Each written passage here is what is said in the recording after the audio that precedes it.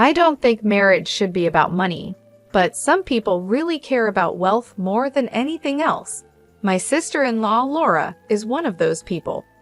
I never thought greed would become such a big issue over an inheritance after my brother, a well-respected surgeon, died. I'm Julia Roberts. I manage a jewelry store, and I'm happy being single at 35. However, I've been thinking about marriage since my boyfriend recently proposed. Our families are getting together tomorrow to celebrate our engagement, but I can feel tension brewing.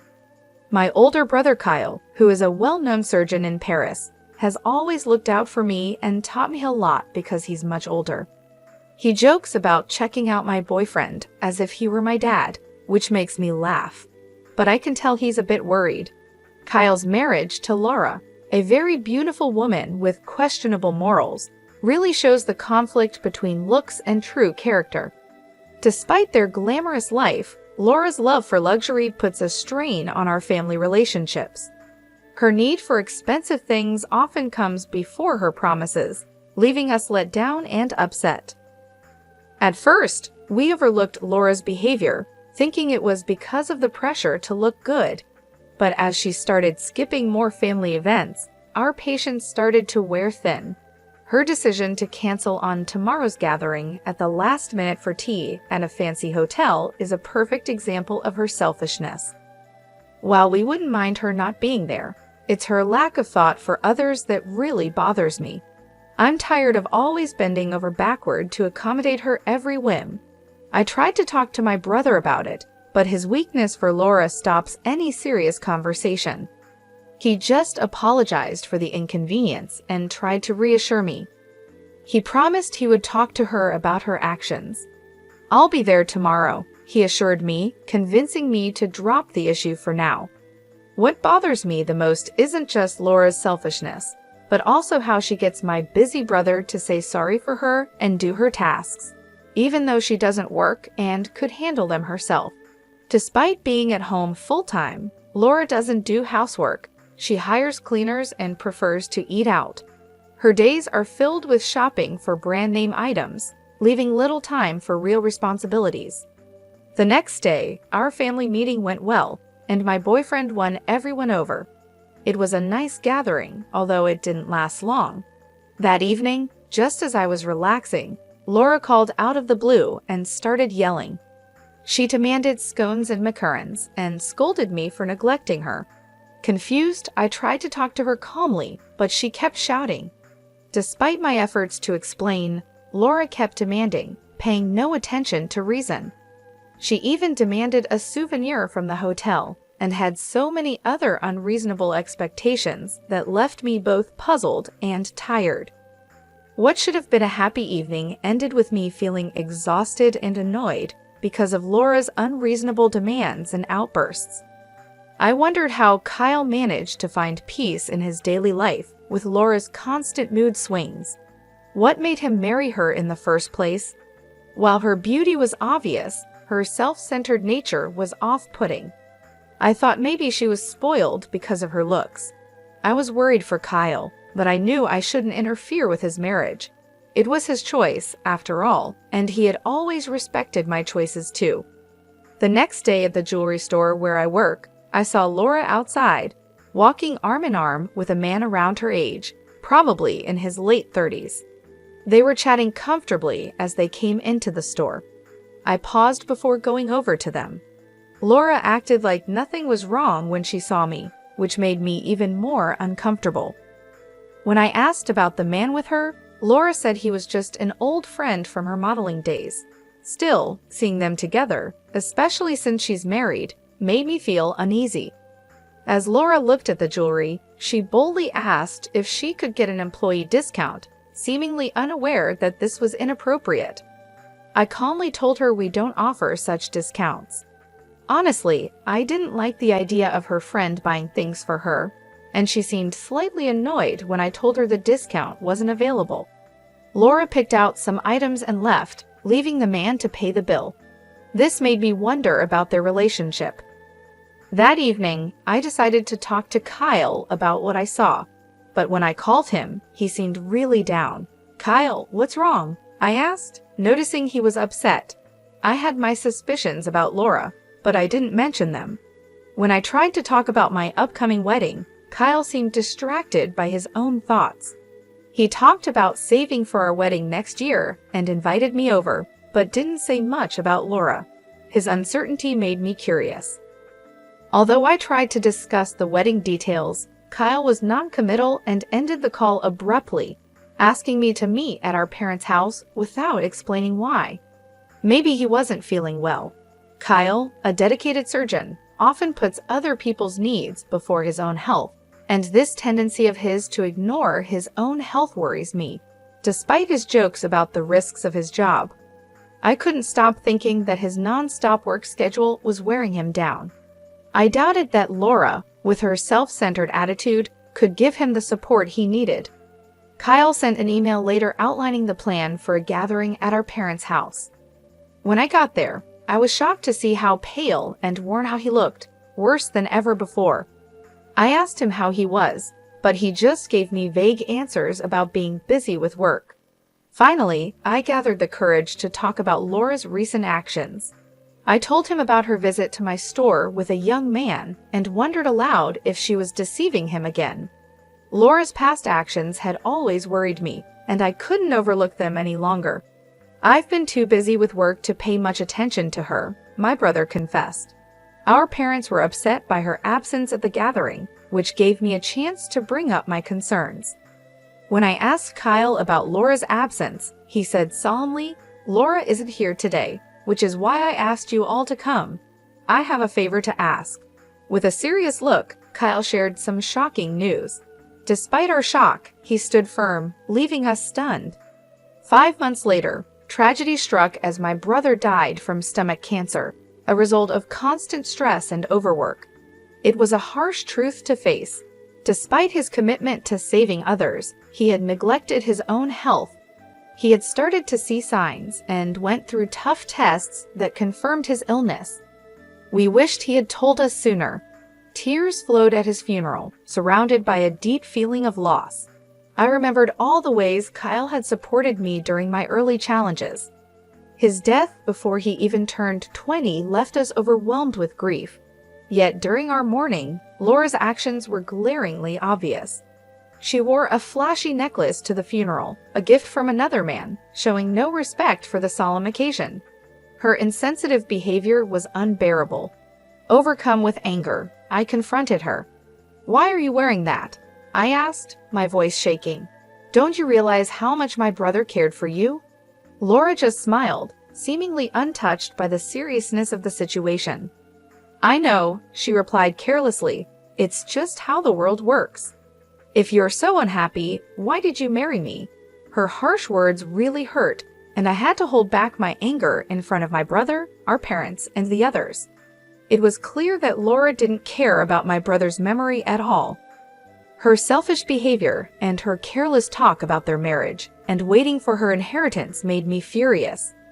Before I knew it, I almost slapped her, but a man by her side caught my hand. He then introduced himself as a nurse who had worked with Kyle and was here to look after me at Kyle's request. I was confused and trying to understand everything going on.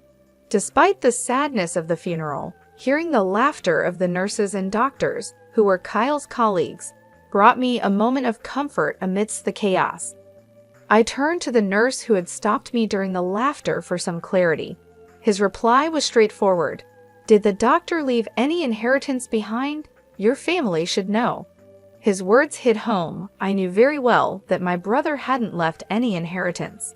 But Laura, not knowing this, became hysterical. She started accusing us of plotting against her to take the money for ourselves. She was sure she would soon get a large sum of money. As Laura's accusations grew louder, the nurse's amusement turned into full laughter. Seeing things getting out of hand, my dad stepped in, calm but assertive. "Do you really not know?" he asked her. Eager for answers, Laura demanded to know what was going on. I obliged, sharing the details of my brother's financial arrangements during his lifetime. He had set aside €20 million specifically for my wedding and had other generous gifts planned as well. As this reality dawned on Laura, her expression changed dramatically from shock to pale disbelief. My brother, although highly respected for his medical expertise, was known for his lavish spending habits. He indulged in extravagant parties, exclusive dinners, and luxurious accommodations as a way to relieve the stress from his demanding career and family responsibilities. Despite his intent to share these joys with Laura, she was notably absent during both his challenging and celebratory moments. It was not Laura who stood by him during tough times. Instead, it was his colleagues and friends, the very people who were now gathered to pay their respects, who supported him.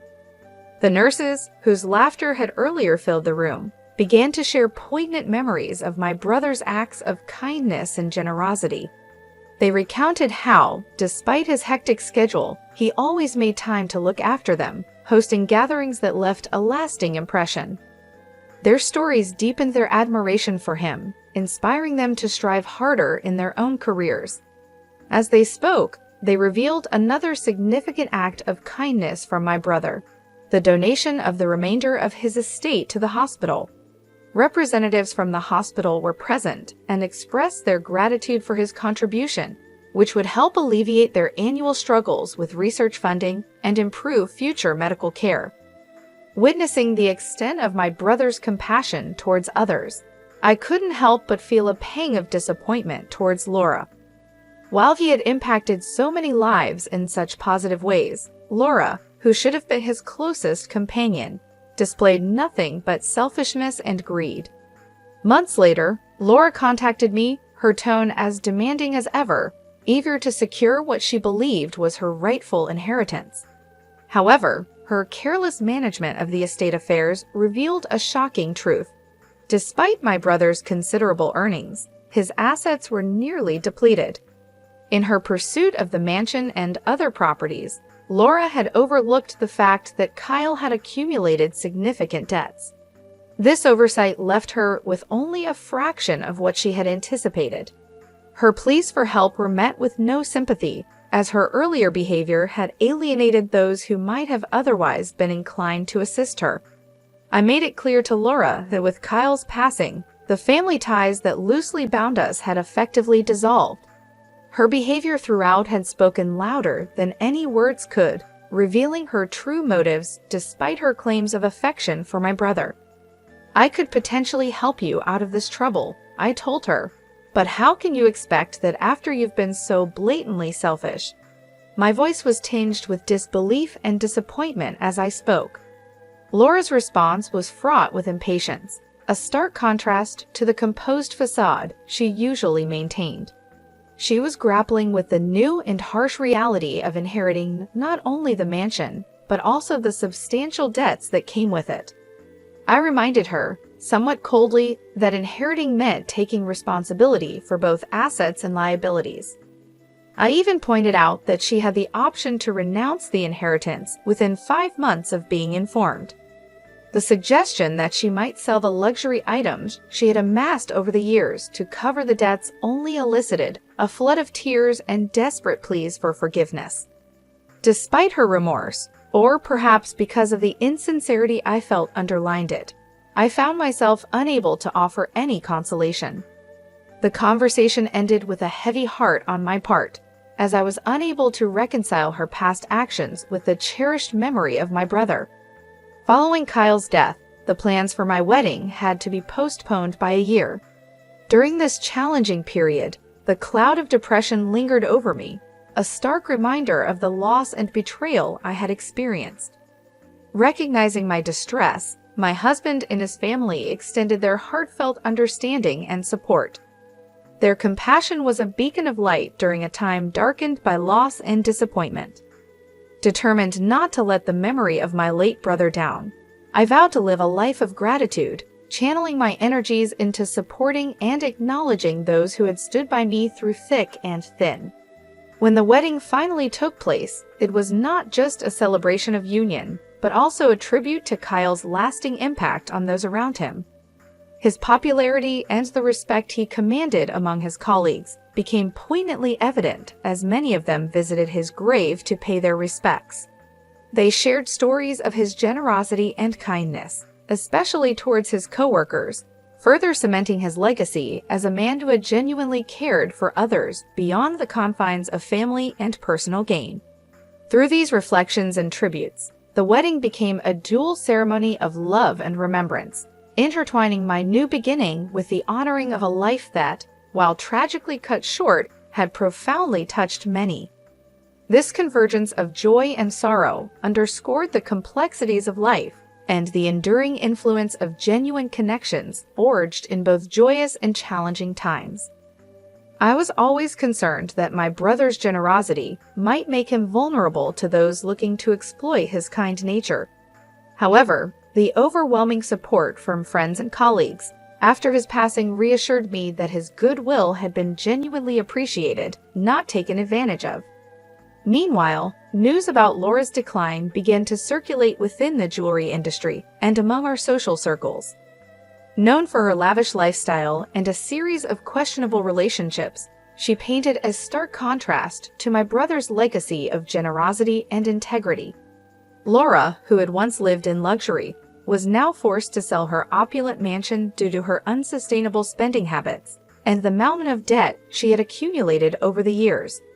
Now, she found herself living in modest accommodations, a far cry from the grandeur she was accustomed to. Her financial downfall was a topic of quiet discussion and served as a cautionary tale about the perils of living beyond one's means. Reflecting on Laura's misfortunes, I couldn't help but feel vindicated in my long-held belief that marrying for money was a fundamentally flawed motivation. It was clear that Laura's priorities had led her to a lonely and challenging path, whereas my brother's focus on kindness and giving had earned him lasting respect and love from those around him. Motivated by these reflections, I vowed more fervently to honor my brother's memory by protecting his legacy. He had spent his life not only as a skilled surgeon, but as a pillar of support and generosity in our community. In his professional life, he was revered not just for his medical expertise, but for his willingness to go beyond the call of duty to assist his colleagues and patients alike. At home, he had always been my protector, guiding and supporting me through life's challenges. Determined to keep his spirit alive, I engaged more actively in community service and charity work, areas my brother was passionate about. I organized fundraisers and volunteered at the hospital where he had worked, helping to fund the programs he had started or supported. These efforts brought me a sense of closeness to him, a feeling that I was continuing his work in some way. Moreover, I took steps to ensure that the stories of his kindness and generosity were remembered and celebrated. I shared these stories at community gatherings and on social media, ensuring that his legacy would inspire others as much as it inspired me. The positive responses from people who had been touched by my brother's life encouraged me to keep sharing and celebrating his life. In doing so, I found a profound sense of purpose. While Laura's life seemed to spiral into chaos as a result of her choices, I found strength and fulfillment in upholding the values my brother had taught me. This contrast between our paths was a stark reminder of the different outcomes that result from our life choices. By choosing to embody my brother's principles of generosity and support, I not only honored his memory, but also enriched my own life, making it fuller and more meaningful. Through these actions, I not only kept my brother's memory alive, but also ensured that his legacy of kindness and selflessness continued to impact the community, proving that the values he lived by were his true lasting wealth.